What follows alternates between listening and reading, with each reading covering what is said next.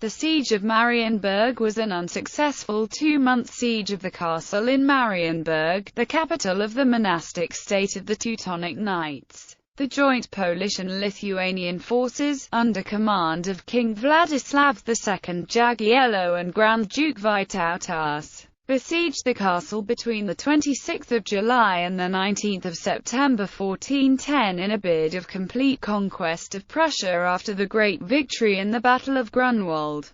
However, the castle withstood the siege and the knights conceded only to minor territorial losses in the Peace of Thorn. Marienburg defender Heinrich von Plaren is credited as the savior of the knights from complete annihilation. Background: Allied Polish and Lithuanian forces invaded Prussia in July 1410 with the goal of capturing Marienburg. Their path was blocked by the Teutonic Knights, who engaged the Allied forces in the decisive Battle of Grunwald on 15 July 1410. The Knights suffered a great defeat, leaving most of their leadership dead or captured. The victorious Polish and Lithuanian forces stayed on the battlefield for 3 days. During this time Heinrich von Plaren, Comte of Schwetz, organized defense of Marienburg. Von Plaren did not participate in the battle and was trusted to command reserve forces of about 3,000 men in Schwetz. It is not entirely clear whether von Plaren marched to Marienburg based on pre-battle instructions of Grand Master Ulrich von Jungingen or on his own initiative to fill the leadership void.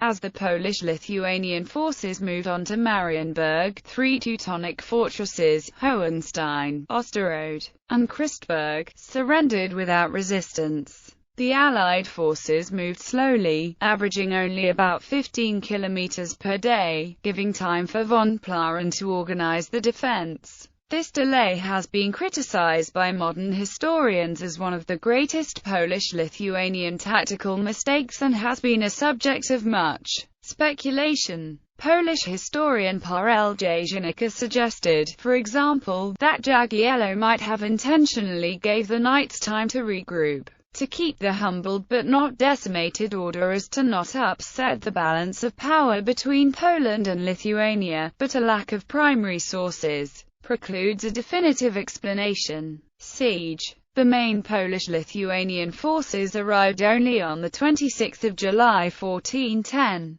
The day before von Plaren ordered the town outside the Marienburg castle to be burned, depriving Allied soldiers of shelter and clearing the battlefield. The siege was not intense. Polish King Jogaila was confident that Prussia had already fallen and began distributing land among his nobles. He sent his troops to capture numerous small castles that were left without garrisons. Only 8 castles remained in Teutonic hands. The knights were allowed to communicate with their allies. They sent envoys to Sigismund of Hungary and Wenceslaus, king of the Romans, who provided a loan to hire mercenaries and promised to send Bohemian and Moravian reinforcements by the end of September. The Livonian order sent 500 men as soon as its 3-month truce with Lithuania expired. The siege, holding Jogaila's army in place, helped to organize defensive forces in other parts of Prussia. The besiegers expected capitulation and were not prepared for a long-term engagement, suffering from lack of ammunition, low morale, and an epidemic of dysentery. The nobles wanted to return home for the harvest and the mercenaries wanted to get paid. Lithuanian troops, commanded by Vytautas, were the first to withdraw.